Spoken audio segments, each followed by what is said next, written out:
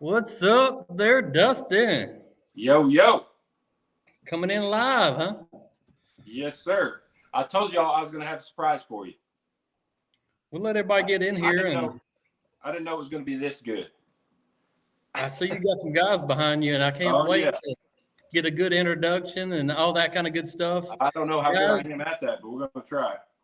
guys, as always, as you come on here tonight, make sure you go ahead and hit in the comments 10K Crappie Connection. It really helps us out, pushes us up. So as you're getting online and you're watching this tonight, go ahead and hit hashtag 10K Crappie Connection. We're getting into our goals one day at a time, one subscriber at a time. Thank everybody for coming in every night and watching this. And, we're here to help you guys out. Also entertain you. I know I've got Dustin. That's really what Dustin's here for, is the entertainment part of Oh things. yeah, exactly. And Huh? if you watched last week, I threw a little bone to Dustin, kind of like kicking the chick out of the nest. I kicked him out of the nest where he would do it on his own for a little while, and he did a really good job. He flew, so I give him props. A good job last week for Dustin Barely. for keeping the torch. Yeah, I appreciate it. But we're going to kick it out, and I'm going to get Dustin's today's bite report from All this right. week. Let's not do that again, by the way, kicking me out of that nest. But guys, we've been rolling on Grand Lake really well. The fish are finally starting to spawn pretty heavy, and I tell you, that's probably one of my most favorite times of the year because I'm chasing them on the banks. Finally had a few really good trips on the bank, and then I'm going to tell you the bait of the week. But you can still find these big females staging off the bank, of course. But the males are starting to stack up. They're really thick. It's not the slip cork and jig like I was doing last year due to the water clarity. They were a lot shallower last year. Now you got to cast and drag a little bit, and you'll catch them 2 or 3 foot off the bank instead of 6 to 8 inches deep. So the water clarity has messed with the bobber bite, but we're still smashing them. And the bait of the week is going to be the swimming minnow bluegrass, and I'm gonna pull you one out. But I'm putting this on everybody's rod with a 16th ounce jig. We're casting it to the bank, letting it dang near sink to the bottom, and just slow reeling it back. And it's dang near every cast. Do you count them down at all, or you just pretty much cast, let them sink? Yeah, cast, let them sink, and roll off the rocks. But that is the bluegrass swimming minnow I was telling you about right there. That is a killer in that clear water right now. There's not a bait that holds to it right now, but they're biting a lot of things, but that's probably one of the best with that tail action it's given. But other than that, man, we're doing really well. Been super fortunate, running a lot of trips and catching a lot of fish. And then I've got a couple of really mean guys behind me too, doing the same exact thing. They're going to give you your fishing report too from where they're at. So go ahead, Brad. Let's hear what the res is doing. My today's bite, it was really good. We had some wind, which is kind of typical this time of year. Thankfully, we're kind of getting towards the end of our spawn here on the res. I am so ready for it to be over with. We still got fish shallow, but I really try to target those bigger fish like Dustin kind of mentioned. I want to fish break lines, and I'm wanting to fish structure. Today was, I would say, the very first day for me that I really felt like the bigger fish were starting to load up on brush piles and big stumps. So we're getting into May. I'm about to do an Eric Cagle in the back and start casting to them every day, just here shortly. But, my bait of the week's going to be the 3-inch slab slayer. I like these big baits. I'm not going to lie. I've got 3 big old baits. Just these spawning fish, I like something they can locate real easy and attack. It seems to me, and I talk about it every week, especially during the spawn, it seems like these little baits, these fish inhale them, and you won't feel the bite as well. But if you're using a bigger bait, these fish really, when they bite, they seem to attack them. That's my experience, at least on the res. Awesome. It's been a really good spring, but I'm also ready for a really good summer because I know it's coming. That's right. I hear you there. We're actually at Millwood. The reason we're all together, we're at Millwood for the Elite Series tournament, and we're all starting to pre-fish and practice. I didn't make it out today, but I've heard a report of the fish being kind of the same thing, super aggressive, chasing the bait a long ways.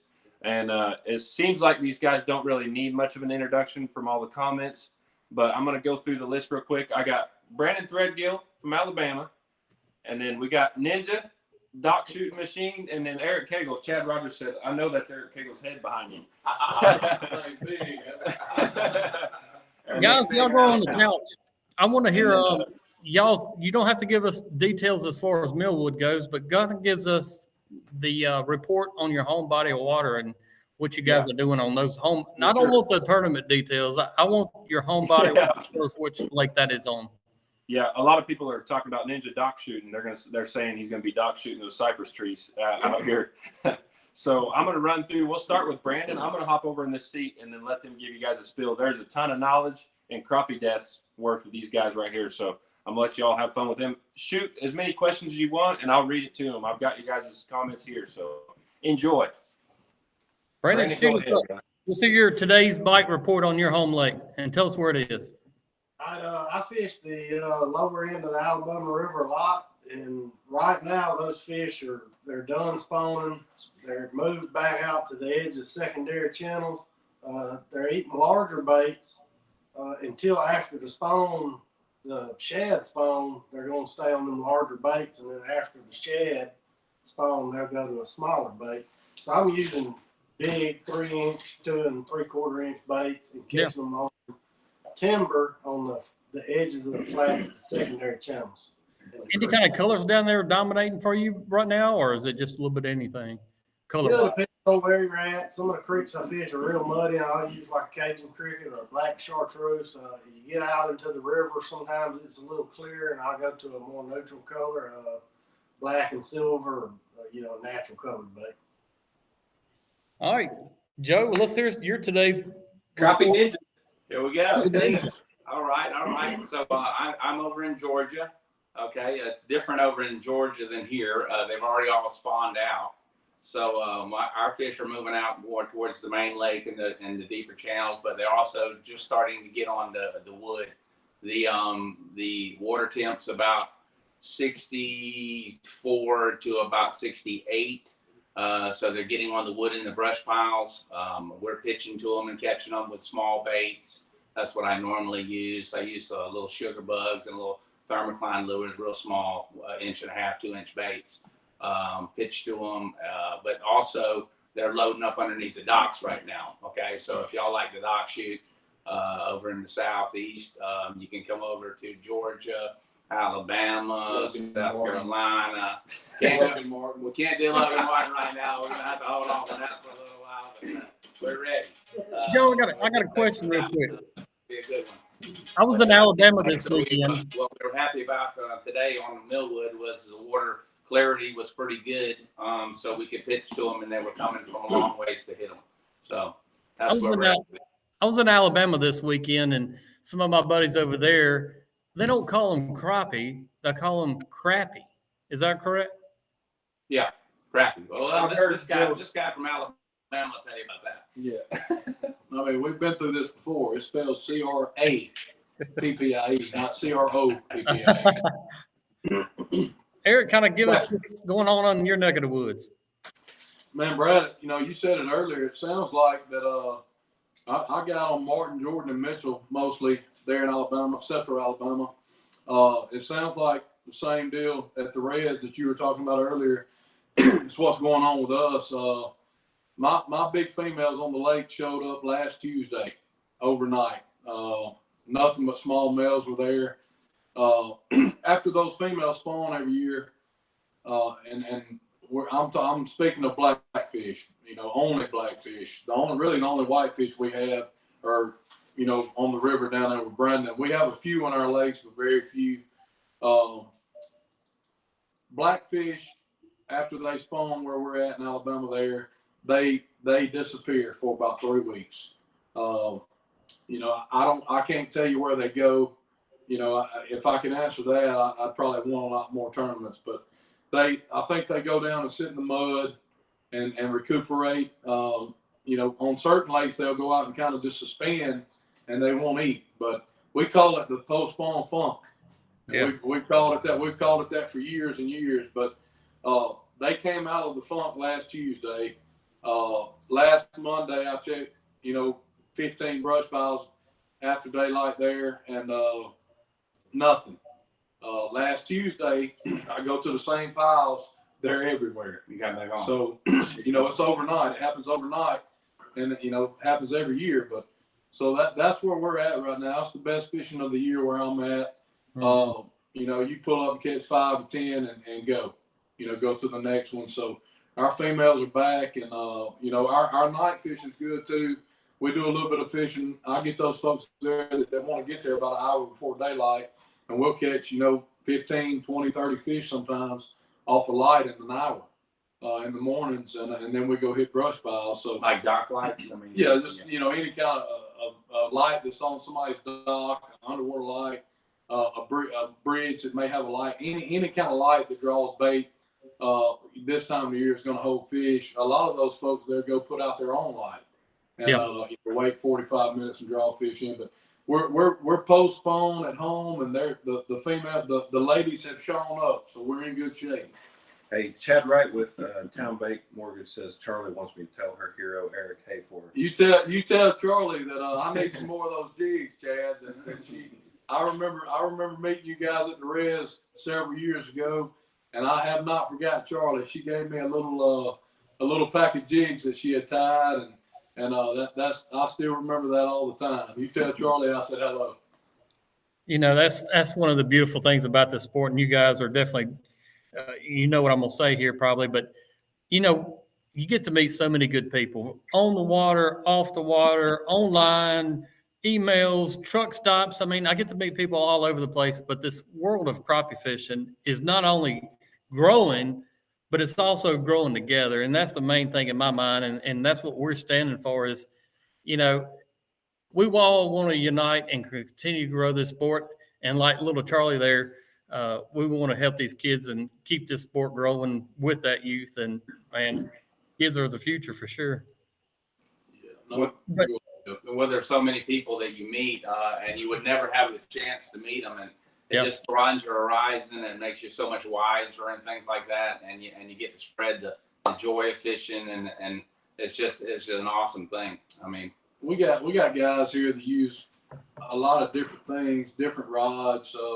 We got Steven Sullivan standing over here. He uses B&M. He's over here to the side. Joe and these guys use Huckabee. I use a little bit of everything now. You know, pretty much whatever I like. Yeah, very good. You know, and it's not like you said, Brad. Everybody's kind of coming together, especially on the tournament circuit. We're all going to a crawfish bowl, you know, Friday night over here, and you know, it's groups from every different, you know, pro staff. You know, we're all friends. You know, and that's what makes it special. Is you got a lot of guys that want to beat the brakes off each other on the water, but you know, we're all friends off the water, and that's what makes it special, and that's what makes coming to these tournaments. And the older guys are in a hurry to beat the brakes off of the people. I'm running out of time over here. You know what I mean? you know, one of the main topics I wanted to, you know, have you guys on here as well. And hey, buddy, there's Matthew Rogers. Hold on, we brought our son. Go ahead, Brad. I'm messing with you. You know, and a lot of people right now are traveling to new bodies of water, and they're trying to locate fish. And I know you guys are over at Millwood, and you're doing that right now, and you're looking for a new fish that you're not used to fishing right now. Kind of gives these guys really starting out some hints on how do you go to a new body of water and try to find fish. I mean, that's a big challenge in itself because you're on a time clock. Okay, tell them, Brad. Yeah.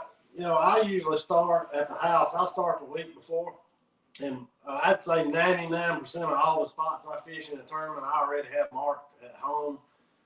The further away you get from the equator, the later the spawn's going to be. Central Florida, you're going to be in late January, and then you move on up. So you have a pretty good idea where these fish are going to be and what stage they're going to be in, and you just go on the map and find good areas, transition areas, and you just got to cover a lot of water when you get there. I usually have 60, 70 spots marked at home before I ever get to a lake. I try my best to cover them all, but 99% of the time, that's where I'm going to be fishing. I like it. It's a water temperature deal for me. You know, when I get there, I pretty much look at the temperature of the water. And I try to look at it prior to when we got there because, you know, sometimes it's not, especially in the spring, you have weather changes. You got fronts coming through. It may get cold a week, hot a week. But I try to look at the temperature from the last week or two before we get there to make sure that water temperature wasn't, you know, 72 degrees and they spawn. But, you know, when we get there, that's the first thing I look at is the water temperature.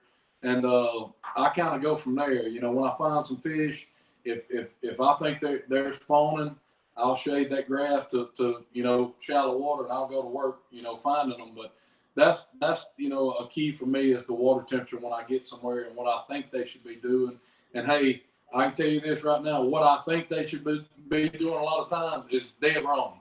But that's where I usually start at, you know, start with water temperature. Well, the weather affects it so much, you know, and it affects how much of the lake you're going to be able to fish.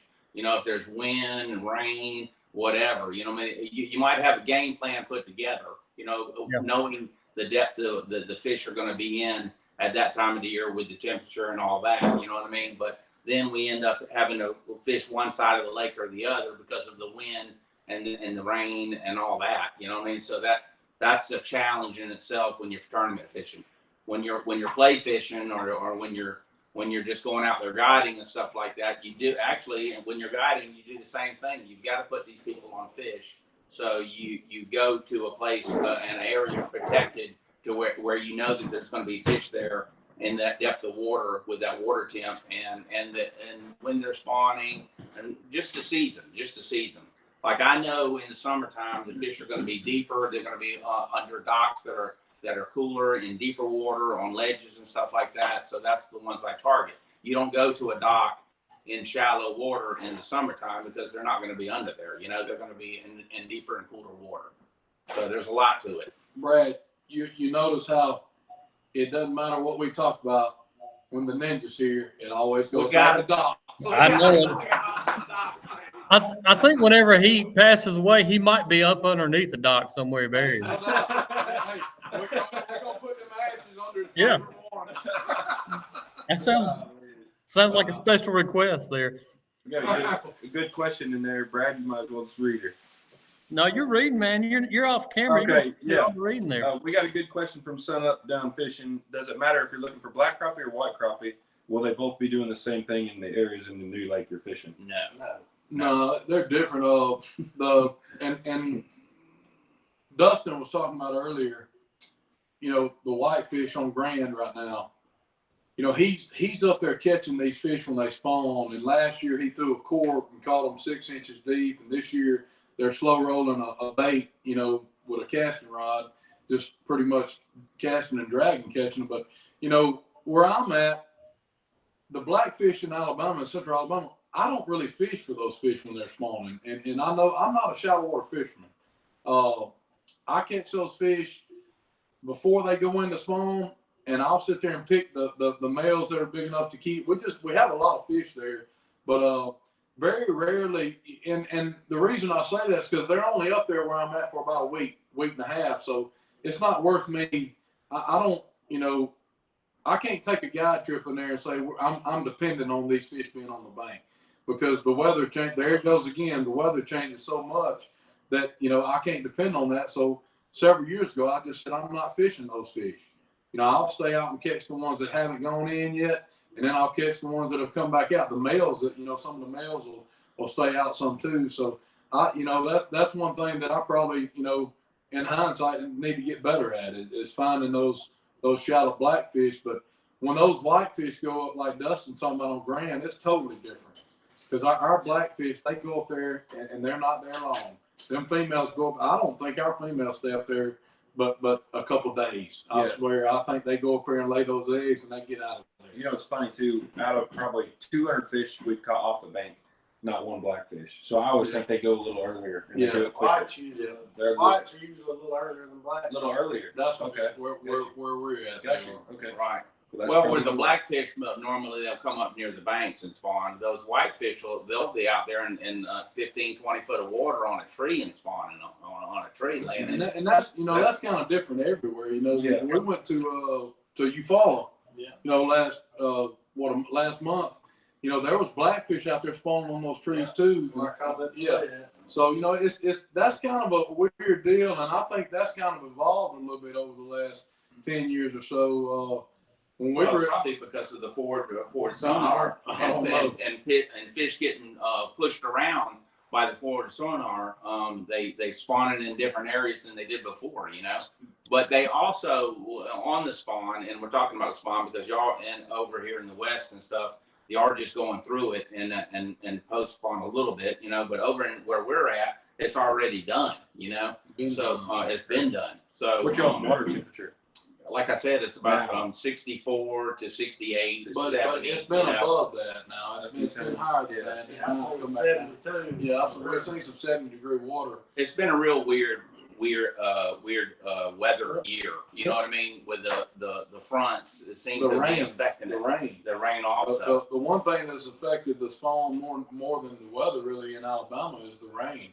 We had the last time our river has been as high as it was this year was 1991, and that affects the spawn too. And I'm not a biologist. Well, no, this is how it affects it. Okay, so if it rises up, okay, then that water's cooler, and they're moving in there on their banks to lay them eggs in that warm water, and then all of a sudden when it rises up, that water's cooler there, so they want to reposition the nest or whatever where they're going to lay the eggs and things like that. So Joe is a biologist. So yeah, We got one here. Here he is, right here. You know, one of those same lines. One of those same lines to me is that's what I current. think if that affects that, you know.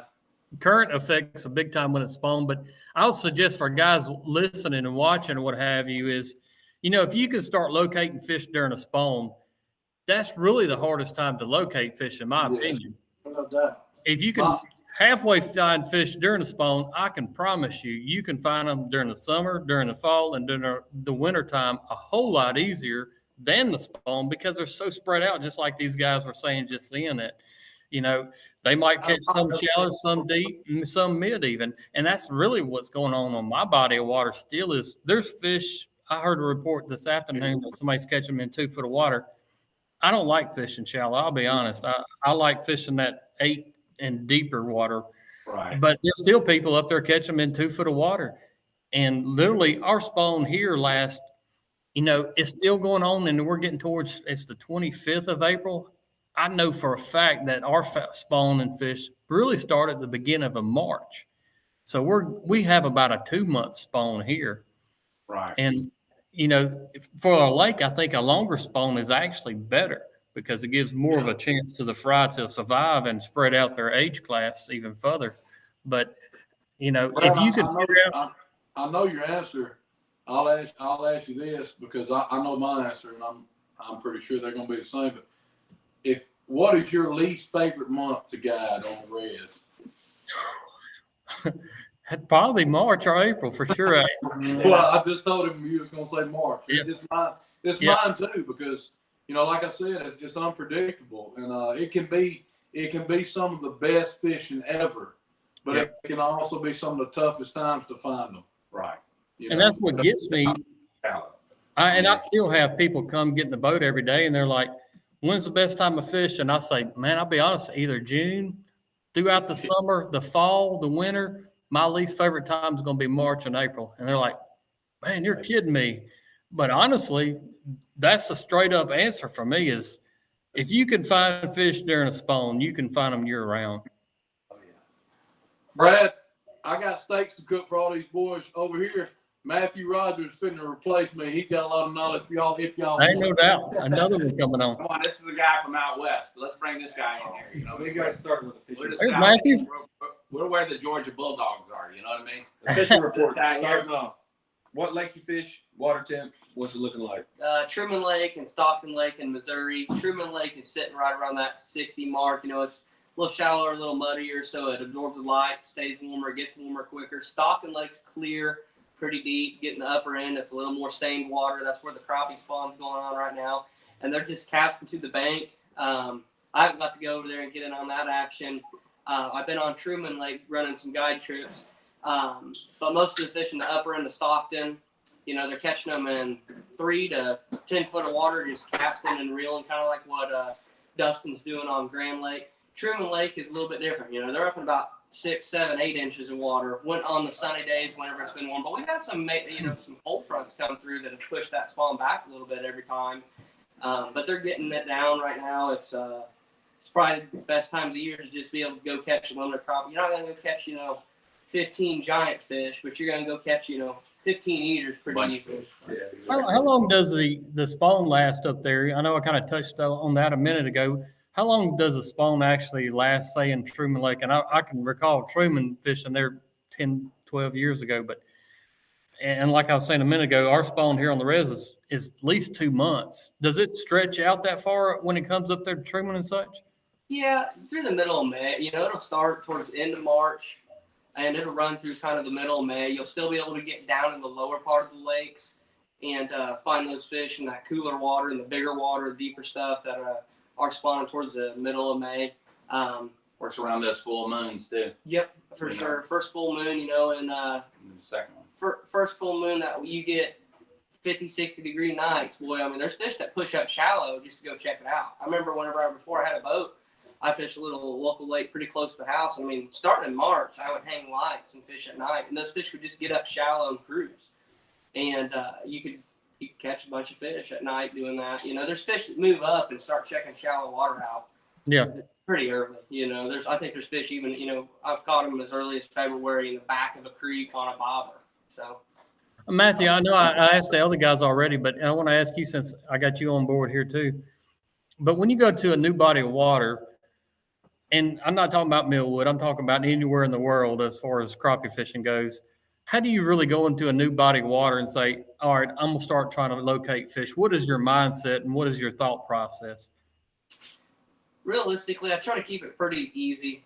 Wherever you go and you don't catch them, they're not there. So they're going to be wherever they are. I mean, It eliminates more. Yeah, I'm just going and wherever they're not at, I don't go back there and go try new stuff, and by the end of the week, if the weather's totally changed, it's a 180, I'm going to go back to those places that I didn't catch fish and see if there's fish there then, because Rick Clun says it best, you just got to keep a childlike mind. A child has an imagination. They never quit thinking of what it could be, what something could be. And I struggle with that now here on this lake today. I was thinking about where they should be, and since they ain't there, well, they're not anywhere, and you just can't think like that. You just got to go fishing and just keep the mindset. You're just going to keep trying no matter what. And that's what I keep in my mind every day. And I remember one day last week, it was a grind and finally kind of come up on a pattern. But I see too many people that they just give up. They'll get on the body of water and say, well, the fish ain't biting. They're not here. They're somewhere. Yeah. And you just got to keep grinding and eliminating water. I think Matthew touched on it really good just then too. But keep an open mind and eliminate stuff. Say, hey, they're not on the piers. It's no use for me to keep fishing piers. All right, they're not on standing timber. Eliminate it. Put it out your mind. Pier.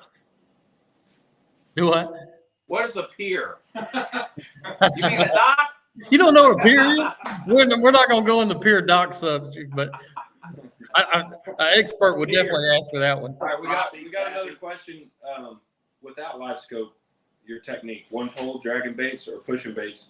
If you're looking for fish on new water, if you don't have live scope, do you use live scope mainly when you're looking for new fish on a new lake now? Well, we use side scan more than anything, I believe. You know what I mean? Side scan is the deal. Yeah, out and around, I'm usually not going to stop. If I don't see them on side images, a couple fish on timber, there's no point stopping. I can cover a lot more water. Yeah. And get into an area with better numbers with side images. Reason why his head's big, got you. But without live sonar, I prefer technique was pushing. Really? Pushing. Before, so. I would say for sure side imaging is probably the number one after live scope would be your number one electronic. Well, I shot docks for like 17 years before I had a live scope. Okay, so the way I did you it caught was probably before live scope. right. So I had like a milk run. Okay, so what I would do is a certain time of the year you would learn. I know you would. So a lot of these the lakes that we fish in these tournaments and stuff like that, they don't really have that good of a docks. I mean, they're like this lake here. I haven't seen hardly any docks, so that's eliminated. So, but anyway, so back to what I was saying, you learn the depths where the fish are, and then that's where you line up with the docks that you're going to fish. If they're in 4 to 8 foot of water, then that's the docks you go to. If they're in 8 to 15 foot of water, that's the docks you go to. So it's all about. That's how I used to find fish before live scope or side scan. But you're utilizing a map to be able to go find Tell them about Navionics that has the docks on there that you can look before you go to the tournament. Yeah. I mean, you can do that also. Navy Alex, of course, has got an app that you can go to, and you can find the where the channels move up closer to the docks, where you find the deeper docks. And if you know the time of year it is, like if it's summertime and you know they're going to be in deep water looking for that cooler water, then you line it up that way. Richard Malcolm, an old partner of mine, that he was real good at that and finding them and stuff like that. How you doing, Jig Slinger? Hey, good question. When you're the depth of fish under the docks, so say it's 30 foot of water, Right. how do you, when you find the depth of fish, how do you stay on that depth? Okay, how do you so stop your jig? It's almost like a countdown. Okay, so let's say you're shooting up underneath the dock and it's 30 foot deep, and the first time you get bit, it seems like it only dropped down 10 feet. Well, then you start throwing in, you're shooting in there, you're trying to find them, and you try to keep that bait about 10 foot deep. You know, like. But without live scope, how do you know it's 10 foot? Do you do a countdown with your jig? Yes. So you count until you. Well, I mean, after you've done it thousands of times, you know what I mean. You sort of know how The deep. general rule of thumb with 6 things about a foot a second. So Yeah. 16ths a foot a second. Yeah. But I use like a 1.4. John, that's how I would prefer that. So 16th is a foot a second. That was a good dog. And once you get bit, you try to replicate that. The same thing. Right, the same thing. Because they're going You to get bit on the fall more often, or the retrieve under the docks? allow it on the drop. On the drop? On the fall, yes. Really? Yes. I would not have guessed that. I that's figured- why you're watching your line if you shoot docks, especially That was the blackfish. next question was line for dock shooting. Right. What Yeah. line do you use? Okay. Well, I use canine line. I use a 4-pound test when I'm shooting dogs. is? High vis, Yeah. green, so I can see the line, because I'll shoot it up underneath there. When it starts to sink, I'll look to see if it gets bit, if there's a tap, if the line jumps at all. Sometimes now the fish will be coming at the jig, and they'll get slack in the line. Mhm. You know what I mean? Yeah. So I mean, it don't always jump. Sometimes it just goes slack. And if you're fishing in 30 foot of water, and all of a sudden the line goes slack after it drops 10 seconds, well, in other words, 10 foot down, you know that the fish has done come and pushed the bait. So you go ahead and set the hook. I mean, it's not going to hurt to set the hook. Yeah, that's right. They're I free. mean, if you think Yeah. something happened, set the hook. Okay. Yeah. Justin, I know where you got that one from. You just copied me, man. Yeah. You ever use like mono, so you have some stretch, so when they get around cables or around the edge of the dock, that you don't bust the line? Because like fluoro, will just snap right away. No, I use that. The fluoro. Yeah, always. I use that. You just hope they don't get hung up. Right. If they get hung up, what I'll do is I'll let them sort of play themselves off of the structure. You know what I And mean? 4 pounds. I won't try to horse them. I'll let them work themselves off of it. Yeah. You know? Guys, let's go ahead and start commenting some out there. Let's hear your today's bite home lake fishing reports. I want to see some of these guys and see what they're catching around the country right now. I know everybody's fishing. It's been too pretty or beautiful. Do you cast as well, or do you fish docks mainly, or single mode? Yes. I Cast. cast mostly. Gotcha. So you kind of do the same type of deal there. Yeah. What did you ask, Brad? I missed that. I was telling everybody to go ahead and start giving us their today's bites across the country on comments. I think it would be Oh, I got you. it's always a really good thing to show, guys. Make sure you subscribe. We're at 8,145 subscribers on YouTube right now. Can I appreciate every single one of those guys that hitting that subscribe button. It's keeping this dream alive. It's keeping us out there and showing these live streams and doing different things that we're trying to do with the Crappie Connection. So definitely, if you haven't subscribed yet, hit that subscribe button. It really helps us out more than you even know. Another big news that I saw today, and I want everybody to be aware of, is the new B&M Black Diamonds available at Grizzly Jig. It's available right now. Cannot wait to get my hands on them babies. But they're available right now at Grizzly Jig. So check those out. I've been waiting on it, and I know a lot of other guys have as well. Another kind of thing kind of goes back to this time of year, and we're going to touch on it too with each one of you guys since I've got you available, is post-spawn bite. You know, I know Cagle said their fish go in a little, he said they disappear for about 3 weeks. You know, luckily on these big bodies of water like I'm talking about the res, our spawn's so spread out, we don't have that big no bite time frame, thankfully. But what are you trying to do when you change up to a post spawn crappie and everybody's about to receive that as soon as the spawn over? But how do your tactics change or your mindset even change on locating fish during the post spawn? This year, I've discovered that they've gone out into the main lake channels, the deeper water. I had some big females that I caught this year after the spawn, 1/8, and normally, that fish probably would have been a 220 or something like that. But anyway, that fish went out into the main lake channel, was out in the main lake.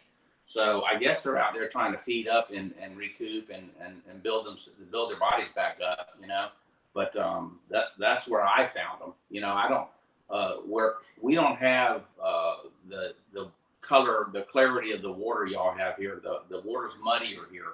It's affected more by the rain than out there in the southeast.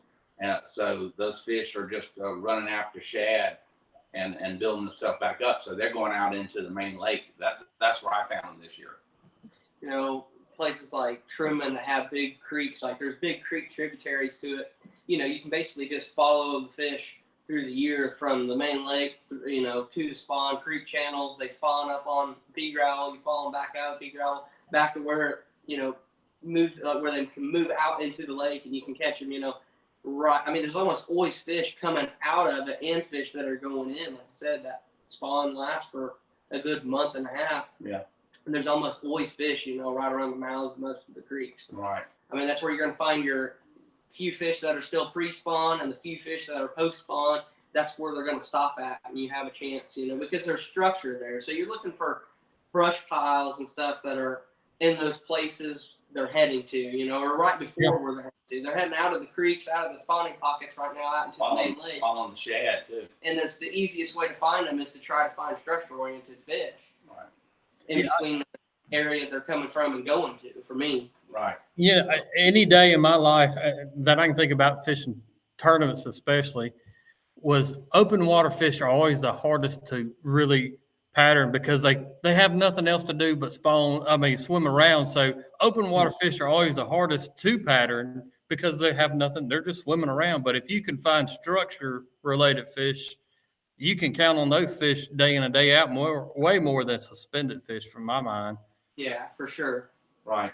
Well, over and again in the lakes in Georgia that I have, some of the lakes don't have timber. They're older lakes. You know what I mean? And when they don't have timber, if people don't put a lot of brush out, the state doesn't put a lot of structure out and stuff like that, then they're in that open water, so they're used to that. And that is fun because when we're pitching or casting at crappie in the open water, it's a lot of fun. It's fun to catch them on trees and stuff like that, but that open water bite. Well, with open water, you can cover a lot of water. If you cover a lot more water, you're going to run across the you'll usually run across the fish. You're just moving a little bit fast. Yeah, and with electronics now, you just run across them, and if you see them out in 40-foot of water, and you see more than one school of fish out in 40-foot of water, you just stay out in 40-foot of water. Let's go quick. Right, we used to pull in these lakes that didn't have structure. Amen. A lot of water. Yeah. Right. I like pulling. Another question on live scope. Somebody asked, can you tell the difference when the fish is facing you to where it's turning sideways? What's the difference on the live To an scope? extent. I mean, I usually get a real bright image when they're facing me, and you're hitting the flat part of them, the scale. When they're sideways. When they're sideways, they're usually pretty round. Would you say it's more of a dollar? It's kind of a color? it's kind of a straight up and down line. once you get them inside 30 foot, you can tell. Yeah. Yeah, and when they're turned away from you, they're going to be real faded out. The scales are catching a lot of that sonar because you're hitting the back of them. What's the bummer is when you think it's a 2-pound crappie and it's a dang gar facing at you. That's All of a sudden he turns and you see that halo on him. I've seen that quite a few times this spring. Exactly. Let's see here. A lot of times schools, when it seems like most time when I find a school of fish, they're going away from me, and I think that a lot of that has to do with I think a lot of times they can already feel your sonar. If you got it on 40 feet, the sonar itself is still projecting out Oh, to yeah. 200 feet. Mm-hmm. You just obviously whenever you run it out that far, it's hard to interpret. But that signal, that pulse, the sonar, is still going out that far. And so by the time you get to them, I think a lot of fish have been swimming at you until they feel that sonar, and then they're going away from you. I believe that a lot because of the fish that come to the live scope. Have you seen those, like drum or carp or whatever? Yeah. White bass, they'll just come straight to your transducer. That tells you they feel You something. can ask Cagle, but he's probably the same way. But sometimes you feel like you catch more fish off a pile if you throw a buoy out to it and cast than you Yeah. do With live with scope. There ain't no doubt about that. For sure. and you have to know it's going to affect the fish. Well, Yeah. I mean, it's got to the point for me that I typically, once I see one and I'm out at 60 feet, I just let the boat coast and turn it away from it until it's time to get up there and like try to fish because Oh, I wow. think when you keep it You on, don't want that pinging. You don't want that pinging on them and pushing them away. for sure. I mean, same thing. Let's say on Grenada Lake, the fish get spooky. People slow down, thinking they need to slow down. Well, then they're not going fast enough to catch up to get a glimpse of the fish to know to keep going. Yeah. They spooked them already. Sometimes fast works better. It's almost like that fish don't know where it's coming from. And it gives you a little bit more time. Yeah, for sure.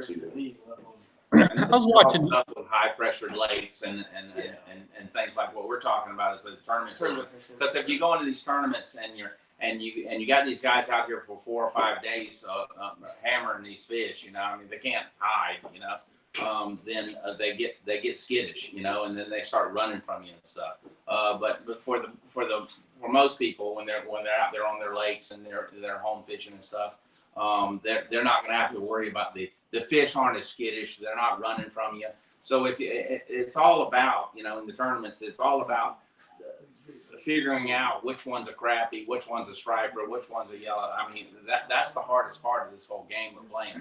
And so once you're able to figure out which ones are the crappie and stuff like that, then you can call through them and get your weights up, I go down through the little list right here, and I know it's asked a million times to everybody that uses live sonar, Garmin or whatever, but go through your basic settings when it goes to, are you using TVG or just your basic setups that you would advise somebody to at least go out and try first off?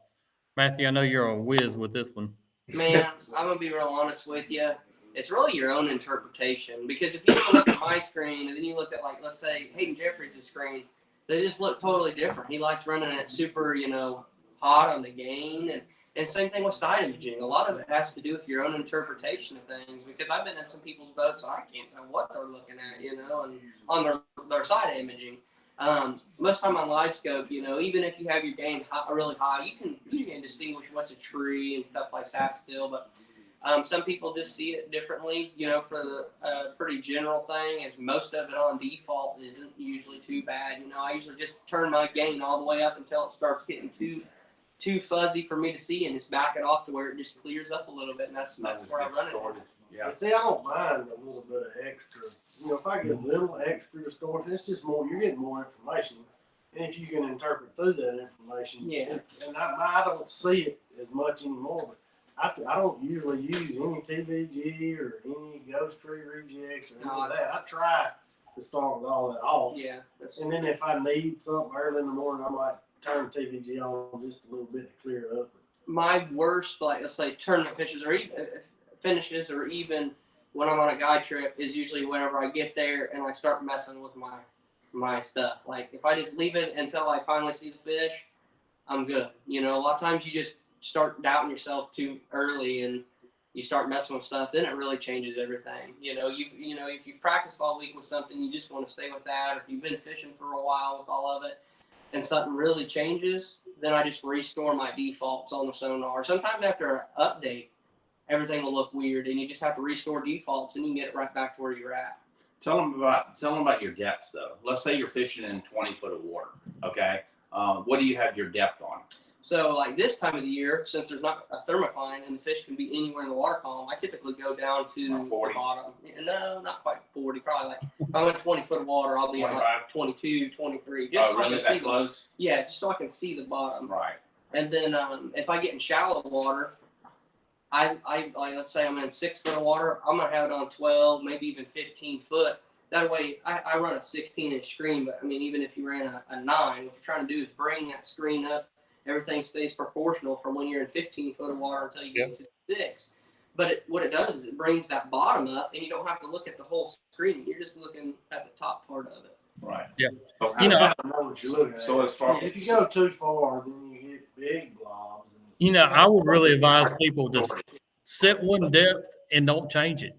If you get out there and Get away with it. Yeah. set it at 20, don't change it until you can really fine tune and understand what that 20 depth range is looking for. Even if you're fishing in, say, 6 foot of water, if you learn how everything looks at 20 until you've really mastered that appearance, I wouldn't adjust it at all. I would really like your fish. depth range. So Personally. Matthew, as far as the distance out, how far do you, when you're searching for fish, how far out do you put it? 60, and you'll doubt a lot of the stuff when you're at that far of a range until you finally see a crappie. A lot of times you haven't seen a crappie yet when you're doubting it, and you're like, man, I got to bring it back in. You just haven't seen a crappie yet. Yeah, well, you can tell the way they're moving. Yeah. If they're darting around, stuff like that, it's probably a hybrid or something. And then once you finally see one, you kind of adjust to it. I mean, I have to adjust every day to it. I mean, Right. fish a lot of times, sometimes they're cruising a little bit. Sometimes they're sitting really still. But most of the time, just that shape. My eyes just adjusted to the screen over the years, and I'll just see the shape of them. I mean, I can be going fast, and I'll just see it, and I'll just naturally be going back that way, and then turn and find them. And When you finally see one, it's kind of like, boom. Yeah. That is. I know that's what that is. It's beautiful, like when the fish aren't skittish and stuff like that, and you can just put it out at about 40, you know what I mean, and leave it at 40, and then fish all day like that, But a lot of times when we put the pressure on these fish and stuff like that, they get to running and stuff like that, so you've got to put it out at 60 so you can slow down before you get to them, so you can throw out. But whenever you get into a lake, like where we're at, for example, they have hedge trees, bodart, Osage orange, whatever you want to call them, and the fish will get up in them, and they're so tight to that structure. I mean, you have to bump it in, 25, 30, and really look at that tree, and maybe even have to go up past it a little bit and look at it from a different angle. Make sure you're not missing one. See a little glow in there? Yeah, sometimes in big stumps, like we have here on the old cypress stumps, Right. they'll be hiding on the back side of a stump this big around. Well, Yeah. that sonar can't No, wrap you- around. You won't see it until you go by it. And then you see them in. See Right, it. right. Another thing that I think I do, and I'm going to listen to what you guys say about this too, but, as far as the depth range, the closest I'll bring my screen to in the picture is 20 feet. I'll never get below 20 feet. I won't bring it to 10 feet or 15. 20 foot is the closest I want that screen to show up. And I want to hear what Matthew and Joe and Brandon, what is your thought on that? What's the closest where you bring that screen into the picture? I don't ever go any closer than 40. Oh, wow. Yeah, I don't, because I want to know. I try to size the fish at 40, and that's where I leave it at. Now I will go out, like I said, I'll go out to 60 to look at them and stuff like that. But to come to them, especially when they're schooling and they're open water fish, I don't want to get up close to that school and make them start moving, because a lot of times those fish will be just sitting there. 15 or 20 fish will be just sitting there, and it's a beautiful thing. It's beautiful. You catch 2 or 3 of them before they start moving. It's a blast. But then chasing them is pretty exciting too. Following them around and picking them off. Brandon, do you get ears in and out? I'm gonna say 90% of the time I'm running 80, 60, and 40. If I'm in real open water and it's really scattered, I go out 80 just because I can see fish out that far. Yeah. But I rarely ever get inside of 40 unless I get in really skinny water and I'm trying to get that proportion right. And I might dial it in, but it's very rare that I come in past 40. Yes, I mean, like I said, just whenever I get around really tight structure, stuff that has a lot of like steak beds, for example. And, You blow it up. yeah, blow it up, so I'll you I use see it. also like to blow it up when the water's super muddy. When those fish have to have the bait dead nut on their nose, Yeah. because Yeah. I can tell really put it on there. But if You I know- leave it at 40, sometimes I can miss that. I was thinking about that driving over here because I was worried about the water clarity here. Yeah. Because coming here, I'm looking at the weather the whole time I'm coming. I'm saying, oh my God, and they're saying flood warning. I'm saying, oh God, this water is going to be so dirty. I'm not going to be able to pitch to them. We're going to have to put the long rod on. So, anyways, but I'm always thinking about water clarity. But but over where I'm at, I was thinking, there's only like 2 weeks out of the year that the water is so dirty that the fish can't see the bait. I mean, that's how little, destruction we have with the mud and stuff like that, I guess, flowing, but y'all have it worse here, I believe. Yeah. Right? I mean, a little bit. It's about the same. I'd say Really? we get about a month where you can. About a month we when gotta fish put it pro- on the nose. Yeah. I know that when we were at the Red River, Oh yeah, exactly. it was See, that's when impossible. I had to tune her in. yeah, that was crazy. That was crazy. That's another reason summer and winter is my favorite time. Yeah. Yeah. Less rain. That's what you're Yes. talking about. Yeah, less mud. Yeah. I like a stain. I fish the river. I like a heavy stain. Oh yeah, stain's good. The fish are less skittish. They don't run from you as much when the water's stained. But when you have to get it, and when I'm pitching at them, I know that I'm getting that jig within 6 to 10 inches from their nose. You know what I'm saying? But if they don't react, if you have to just sit there on top of them for like 30 seconds to 3 minutes, you know what I mean? That's tough. That's tough fishing. Yeah, I think fun fishing to me is not chasing them down and having to run it in front of them and hold it there for 2 minutes. I like to just go find a school of fish on a brush pile and just catch them. Yeah. Catch as many as I can as fast as I can. That's fun. Yeah. Or like right now at home, throwing a bobber, watch it go under them. That's real cool. I still like bobber fish. Oh man. Well, guys, I appreciate everybody getting on here tonight. Everybody be safe this week. Good luck to every one of you. If it's a big tie for first place, everybody, I hope you all win. We got a couple Alabama guys said Alabama bring the trophy home. Yeah, that'd be nice. We're gonna try. Well, good luck, everybody. Make sure you hit subscribe, follow us, and appreciate you guys coming on and help us out tonight. And Thank you guys very much. listen to a little surprise work. Everybody take care now. Yeah. Appreciate guys. everybody. Until I next time. told y'all I'd surprise you. Yeah, he did. Next Tuesday night, 7 p.m. Central. Appreciate everybody. We'll see ya. Holla. That's good. That's good, Matthew. You're good, buddy.